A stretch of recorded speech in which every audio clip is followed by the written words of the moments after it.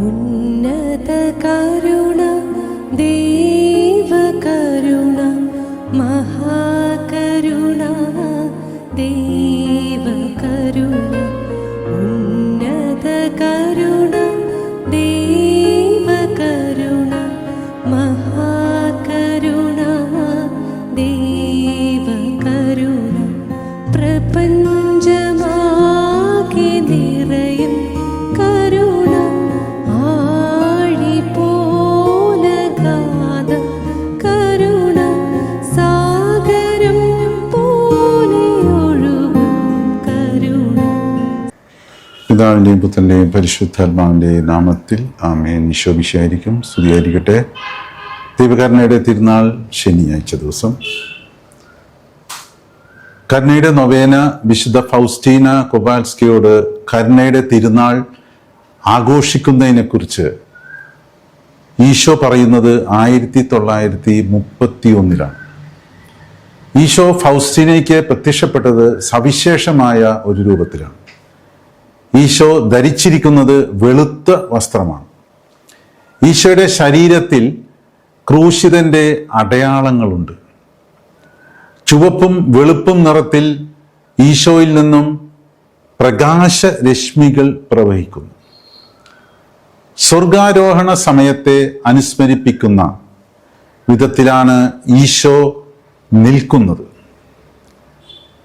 ഇടത് കൈ ഹൃദയത്തിൽ വെച്ചുകൊണ്ട് വലത് കൈ ഉയർത്തിപ്പിടിച്ച് അനുഗ്രഹിക്കുകയും ചെയ്യും. ഈസ്റ്റർ കഴിഞ്ഞു വരുന്ന ഞായറാഴ്ച കരുണയുടെ തിരുനാളായി ആഘോഷിക്കുവാനാണ് ഈശോ ആവശ്യപ്പെട്ടത്. 1935 മുതൽ ആ തിരുനാളിന് ആരംഭം കുറിക്കുകയും ചെയ്തു.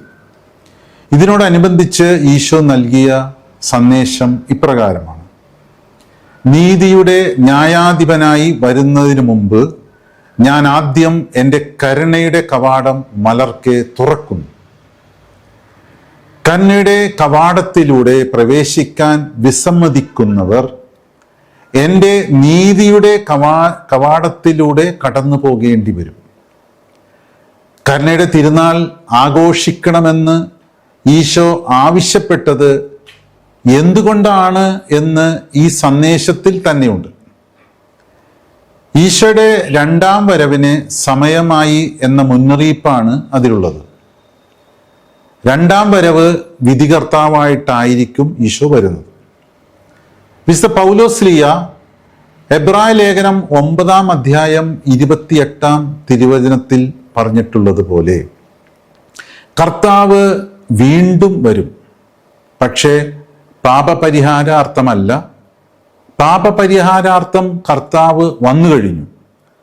രണ്ടാമത് വരുന്നത് അവിടുത്തെ ആകാംക്ഷപൂർവം കാത്തിരുന്നവർക്ക് വേണ്ടിയാണ്. കരുണയുടെ തിരുനാളിനായി ഒരുങ്ങിക്കൊണ്ടിരിക്കുന്ന ഈ ദിവസങ്ങളിൽ നാം വിചിന്തനം ചെയ്യുന്നത് തിരുനാളുമായി ബന്ധപ്പെട്ടുള്ള വിഷയങ്ങളാണ്. ഉയർപ്പ് ഞായർ കഴിഞ്ഞു വരുന്ന ഞായർ കരുണയുടെ തിരുനാളായി ആഘോഷിക്കണമെന്നാണ് ഈശോ ഫൗസ്റ്റീനയോട് ആവശ്യപ്പെട്ടത്. അതിനു മുന്നൊരുക്കമായി ഒരു നൊവേന വേണമെന്നും നിർദ്ദേശിച്ചു. ഡയറിയിലെ 1059-ാം ഖണ്ഡികയിൽ ഇത് സംബന്ധിച്ചുള്ള വിവരണം ഇപ്രകാരമാണ്: 1937 ദുഃഖവെള്ളിയാഴ്ച ദിവസമായിരുന്നു അന്ന്. കരുണയുടെ തിരുനാളിന് മുമ്പായി ഒരു നവനാൾ നടത്താൻ ഈശോ എന്നോട് കൽപ്പിച്ചു. ലോകം മുഴുവൻ്റെയും മാനസാന്തരത്തിന് വേണ്ടിയും ദൈവകരുണയുടെ അംഗീകാരത്തിന് വേണ്ടിയും ഞാനത് ആരംഭിക്കുകയാണ്. ഈശോ പറഞ്ഞു, അങ്ങനെ എല്ലാ ആത്മാക്കളും എൻ്റെ നന്മയെ പുകഴ്ത്തും. എൻ്റെ സൃഷ്ടികൾ എന്നിൽ ശരണപ്പെടണമെന്ന് ഞാൻ ആഗ്രഹിക്കുന്നു. ആഴമളക്കാനാവാത്ത എൻ്റെ കരുണയിൽ വലിയ ശരണത്തോടെ ആശ്രയിക്കാൻ ആത്മാക്കളെ പ്രോത്സാഹിപ്പിക്കുക. പാപിയും ബലഹീനനുമായ ആത്മാവ് എന്നെ സമീപിക്കുവാൻ ഭയപ്പെടേണ്ട. ആ ആത്മാവിൻ്റെ പാപങ്ങൾ ലോകത്തിലെ മുഴുവൻ മണൽത്തരികളേക്കാൾ അധികമാണെങ്കിൽ പോലും അവയെല്ലാം അത്യഗാധമായ എൻ്റെ കരുണയുടെ അഗാധതയിൽ ആഴ്ന്നുപോകും.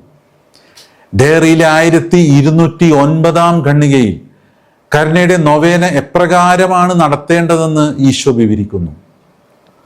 ഈ 9 ദിവസങ്ങളിൽ എൻ്റെ കരുണയുടെ ഉറവിടത്തിലേക്ക് നീ ആത്മാക്കളെ കൊണ്ടുവരണമെന്ന് ഞാൻ ആഗ്രഹിക്കുന്നു.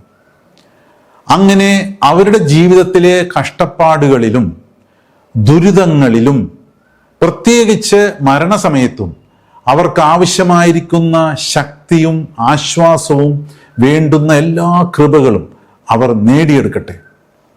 ഒരു ദിവസവും വ്യത്യസ്തരായ ആത്മാക്കളുടെ സംഘങ്ങളെ എൻ്റെ ഹൃദയത്തിലേക്ക് കൊണ്ടുവരികയും അവരെ എൻ്റെ കരുണക്കടലിൽ മുക്കിയെടുക്കുകയും ചെയ്യുക. ഞാൻ ഈ ആത്മാക്കളെ എല്ലാം എൻ്റെ പിതാവിൻ്റെ ഭവനത്തിലേക്ക് കൊണ്ടുവരും. ഈ ലോക ജീവിതത്തിലും വരും ലോകത്തിലും നീ ഇത് തന്നെ ചെയ്യും. എൻ്റെ കരുണയുടെ ഉറവയിലേക്ക് നീ കൊണ്ടുവരുന്ന ആത്മാവിന് ഞാൻ ഒന്നും തന്നെ നിഷേധിക്കുകയില്ല. എൻ്റെ അതിദാരുണമായ പീഡാസഹനത്തിൻ്റെ ശക്തിയാൽ ഈ ആത്മാക്കൾക്ക് വേണ്ട കൃപകൾക്കായി ഓരോ ദിവസവും നീ എൻ്റെ പിതാവിനോട് യാചിക്കും. വളരെ വിപുലമായ രീതിയിൽ ഈശോ ഇത്രയും കാര്യങ്ങൾ ആവശ്യപ്പെട്ടപ്പോൾ ഫൗസ്തീന ഈശോയോട് ചോദിച്ചു, ഈശോയെ, ഈ നവനാൾ നടത്തേണ്ടത് എങ്ങനെയാണെന്ന് എനിക്ക് അറിഞ്ഞുകൂടാ. അല്ലെങ്കിൽ അങ്ങയുടെ ഏറ്റവും കരുണാദ്രമായ ഹൃദയത്തിലേക്ക് ആദ്യം കൊണ്ടുവരേണ്ട ആത്മാക്കൾ ഏതാണ്? അതിനുത്തരമായി എല്ലാം വിവരിച്ചു തരാമെന്ന് ഈശോ വാഗ്ദാനം നൽകുകയും ചെയ്തു. അതുപ്രകാരം ഓരോ ദിവസത്തേക്കും വേണ്ട നിയോഗം ഈശോ തന്നെയാണ് വിവരിച്ചു കൊടുക്കുന്നത്. നൊവേന ആരംഭിക്കുന്നത് ദുഃഖ വെള്ളിയാഴ്ചയാണ്. 1-ാം ദിവസത്തെ നിയോഗം ഖണ്ഡിക 1210. ഇന്ന് മനുഷ്യകുലത്തെ മുഴുവനും, പ്രത്യേകിച്ച് എല്ലാ പാപികളെയും എൻ്റെ അടുക്കൽ കൊണ്ടുവരിക. അവരെ എൻ്റെ കരുണക്കടലിൽ മുക്കിയെടുക്കുക. അങ്ങനെ ആത്മാക്കളുടെ നഷ്ടം മൂലം ഞാൻ അനുഭവിക്കുന്ന വേദനാജനകമായ ദുഃഖത്തിൽ എന്നെ നീ ആശ്വസിപ്പിക്കും. 2-ാം ദിവസത്തെ നിയോഗം ഖണ്ഡിക 1212. ഇന്ന് സകല വൈദികരുടെയും സന്യസ്തരുടെയും ആത്മാക്കളെ എൻ്റെ അടുക്കൽ കൊണ്ടുവരിക. അവരെ ആഴമളക്കാനാവാത്ത എൻ്റെ കരുണക്കടലിൽ മുക്കിയെടുക്കുക. എൻ്റെ കൈപ്പേറിയ പീഡനങ്ങൾ സഹിക്കുന്നതിനുള്ള ശക്തി അവരാണ് എനിക്ക് നൽകിയത്. കൈവഴികളിലൂടെ വെള്ളം വിതരണം ചെയ്യുന്നത് പോലെ അവരിലൂടെ എൻ്റെ കരുണ ഞാൻ മനുഷ്യകുലത്തിന് നൽകുന്നു. 3-ാം ദിവസത്തെ നിയോഗം ഖണ്ഡിക 1214. ഭക്തി തീഷ്ണതയും വിശ്വസ്തതയുമുള്ള എല്ലാ ആത്മാക്കളെയും ഇന്ന് എൻ്റെ അടുക്കൽ കൊണ്ടുവരിക. എൻ്റെ കരുണാസാഗരത്തിൽ അവരെ മുക്കിയെടുക്കുക. കുരിശിൻ്റെ വഴിയിൽ എനിക്ക് ആശ്വാസം പകർന്നത് ഈ ആത്മാക്കളാണ്. കൈപ്പേറിയ കഥനക്കടലിൻ്റെ നടുവിൽ ആശ്വാസത്തിൻ്റെ തുള്ളികൾ പകർന്നത് അവരായിരുന്നു. 4-ാം ദിവസത്തെ നിയോഗം ഖണ്ഡിക 1216. അവിശ്വാസികളെയും ഇതുവരെ എന്നെ അറിയാത്തവരെയും ഇന്ന് എൻ്റെ അടുക്കൽ കൊണ്ടുവരിക. എൻ്റെ കൈപ്പേറിയ പീഡാസഹനത്തിൻ്റെ സമയത്ത് അവർ എൻ്റെ സ്മരണയിൽ ഉണ്ടായിരുന്നു.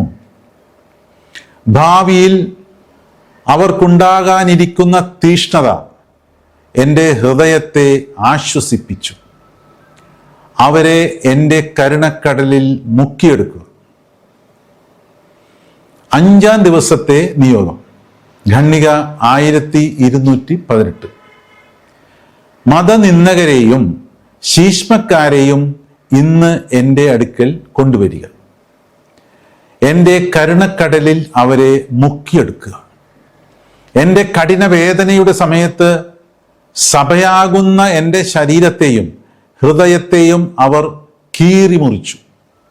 അവർ സഭയുമായി ഐക്യത്തിലേക്ക് തിരിച്ചു വരുമ്പോൾ എൻ്റെ മുറിവുകൾ സുഖപ്പെടുകയും അങ്ങനെ എൻ്റെ സഹനം കുറയുകയും ചെയ്യും. 6-ാം ദിവസത്തെ നിയോഗം. ഖണ്ഡിക 1220. എളിമയും ശാന്തതയുമുള്ളവരുടെയും കൊച്ചു കുട്ടികളുടെയും ആത്മാക്കളെ ഇന്ന് എൻ്റെ സമീപത്ത് കൊണ്ടുവരിക. അവരെ എൻ്റെ കരുണക്കടലിൽ മുക്കിയെടുക്കുക. എൻ്റെ ഹൃദയവുമായി ഏറ്റവും അടുത്ത സാരൂപ്യമുള്ളവരാണ് അവർ. അവരാണ് എൻ്റെ അതികഠിനമായ വേദനയിൽ എന്നെ ശക്തിപ്പെടുത്തിയത്. എൻ്റെ അൾത്താരയിൽ ശ്രദ്ധാപൂർവം സൂക്ഷിക്കുന്ന ഭൂമിയിലെ മാലാഖമാരായി ഞാൻ അവരെ കണ്ടു. പ്രസാദവരങ്ങളുടെ സർവസമ്പത്തും ഞാൻ അവരുടെ മേൽ വർഷിക്കുന്നു. എളിമയുള്ള ഹൃദയത്തിന് മാത്രമേ എൻ്റെ കൃപകൾ സ്വീകരിക്കാൻ സാധിക്കൂ എന്ന് ഉറപ്പ് ഞാൻ അവരിൽ നിക്ഷേപിച്ചുകൊണ്ട് ഞാൻ എളിയ ആത്മാക്കളെ അനുഗ്രഹിക്കുന്നു. 7-ാം ദിവസത്തെ നിയോഗം. ഖണ്ഡിക 1224. എൻ്റെ കരുണയെ മഹത്വപ്പെടുത്തുകയും വാഴ്ത്തുകയും ചെയ്യുന്നവരുടെ ആത്മാക്കളെ ഇന്ന് എൻ്റെ അടുക്കൽ കൊണ്ടുവരിക. എൻ്റെ കരുണക്കടലിൽ അവരെ മുക്കിയെടുക്കുക. എൻ്റെ സഹനത്തിൽ ഏറ്റവും അധികം ദുഃഖിക്കുകയും എൻ്റെ ചൈതന്യം ആഴത്തിൽ ഗ്രഹിക്കുകയും ചെയ്തിട്ടുള്ളവരാണവർ. ദയാപൂർണമായ എൻ്റെ ഹൃദയത്തിൽ ജീവിക്കുന്ന പ്രതിരൂപങ്ങളാണിവർ. ഈ ലോക ജീവിതത്തിന് ശേഷം സവിശേഷമായ ഒരു ശോഭയോടെ അവർ പ്രകാശിതരാകും. നരകത്തീയിൽ അവരാരും നിബന്ധിക്കുകയില്ല. മരണസമയത്ത് അവരോരോരുത്തരെയും പ്രത്യേകമായി ഞാൻ സംരക്ഷിക്കും. 8-ാം ദിവസത്തെ നിയോഗം. ഖണ്ഡിക 1226. ശുദ്ധീകരണ സ്ഥലത്ത് അടയ്ക്കപ്പെട്ടിരിക്കുന്ന ആത്മാക്കളെ ഇന്ന് എൻ്റെ അടുക്കൽ കൊണ്ടുവരിക. എൻ്റെ കരുണാസാഗരത്തിൽ അവരെ മുക്കിയെടുക്കുക. അവരെ പീഡിപ്പിക്കുന്ന തീജ്വാലകളെ എൻ്റെ രക്തത്തിൻ്റെ പ്രവാഹം തണുപ്പിക്കട്ടെ. ഈ ആത്മാക്കളെ ഞാൻ വളരെയധികം സ്നേഹിക്കുന്നു. എൻ്റെ നീതിക്ക് സാക്ഷ്യം വഹിക്കുന്നവരാണവർ. അവർക്ക് ആശ്വാസം നൽകാനുള്ള ശക്തി നിങ്ങളിലാണുള്ളത്. എൻ്റെ സഭയുടെ ഭണ്ഡാരത്തിൽ നിന്നുള്ള എല്ലാ ദണ്ഡവിമോചനങ്ങളും സമാഹരിച്ച് അവർക്ക് വേണ്ടി സമർപ്പിക്കുക. അവർ സഹിക്കുന്ന വേദനകൾ നീ അറിഞ്ഞിരുന്നുവെങ്കിൽ നീ നിന്റെ ആത്മാവിൻ്റെ ദാനങ്ങൾ അവർക്ക് വേണ്ടി സമർപ്പിച്ച് എൻ്റെ നീതിയിൽ അവരുടെ കടങ്ങൾ വീട്ടുമായിരുന്നു. 9-ാം ദിവസത്തെ നിയോഗം. ഖണ്ഡിക 1228. മന്ദഗതിയിൽ നിബന്ധിച്ച ആത്മാക്കളെ ഇന്ന് എൻ്റെ അടുക്കൽ കൊണ്ടുവരിക. എൻ്റെ കരുണക്കടലിൽ അവരെ മുക്കിയെടുക്കുക. എൻ്റെ ഹൃദയത്തെ വളരെ വേദനാജനകമായി അവർ മുറിവേൽപ്പിക്കുന്നു. ഒലിവ് തോട്ടത്തിൽ വെച്ച് എൻ്റെ ഹൃദയം തീവ്ര വേദനയിൽ വലഞ്ഞത് മന്ദഹൃദയരെ പ്രതിയാണ്. അങ്ങ് തിരുമനസ്സാകുമെങ്കിൽ ഈ പാനപാത്രം എന്നിൽ നിന്ന് അകറ്റണമേ എന്ന് ഞാൻ പ്രാർത്ഥിച്ചു പോയത് അവർ മൂലമാണ്. എൻ്റെ കാരുണ്യത്തിലേക്ക് ഓടിയെത്തുകയാണ് അവർക്കുള്ള അവസാനത്തെ പ്രതീക്ഷ. ഓരോ നിയോഗങ്ങൾക്ക് ശേഷം കരുണയുടെ ജപമാല ചൊല്ലിയാണ് പ്രാർത്ഥന പൂർത്തിയാക്കേണ്ടത്. ഏറെ സവിശേഷതകളുള്ള പ്രാർത്ഥനകളാണ് ഈ നൊവേനയിൽ ഉള്ളത്. ഈശോ സ്നേഹിക്കുന്ന ഒരു കൂട്ടം ആത്മാക്കൾക്കായുള്ള അനുഗ്രഹ പ്രാർത്ഥനകളും ആ കൂട്ടത്തിലുണ്ട്. ഒരാത്മാവും നഷ്ടപ്പെട്ടു പോകരുതെന്ന ഈശോയുടെ ആഗ്രഹമാണ് ഈ പ്രാർത്ഥനകളിൽ നിറഞ്ഞു നിൽക്കുന്നത്. ഈശോയുടെ സ്നേഹത്തിൻ്റെ ആഴവും പരപ്പും ഉൾക്കൊണ്ടുകൊണ്ട് വിശുദ്ധ ഫൗസ്തീനയോട് ചേർന്ന് നമുക്കും പ്രാർത്ഥിക്കാം. ഈശോയെ, അങ്ങ് തന്ന ഈ കരുണയുടെ നൊവേന 9 ദിവസം തീർച്ചയായും അങ്ങ് ആഗ്രഹിക്കുന്നത് പോലെ ഞാൻ പ്രാർത്ഥിക്കാൻ ഒരുങ്ങിയാൽ അനേകം ആത്മാക്കൾ രക്ഷയിലേക്ക് നയിക്കപ്പെടും. അങ്ങയുടെ വലിയൊരു ആഗ്രഹമാണ് അത് എന്ന് ഞാൻ തിരിച്ചറിയുന്നു. നമുക്ക് ഈശോയ്ക്ക് വാക്ക് കൊടുക്കാം. ഈ കരുണയുടെ തിരുനാളിനല്ലെങ്കിൽ പോലും മാസത്തിൽ ഒരിക്കലെങ്കിലും ഈ കരുണയുടെ നൊവേനേറ്റ് ചൊല്ലുവാനുള്ള വലിയൊരു ഭാഗ്യം നമുക്കെല്ലാവർക്കും ഈശോ നൽകട്ടെ എന്ന് നമുക്ക് പ്രാർത്ഥിക്കാം. പിതാവിൻ്റെയും പുത്രൻ്റെയും പരിശുദ്ധ നാമത്തിൽ ആമേൻ.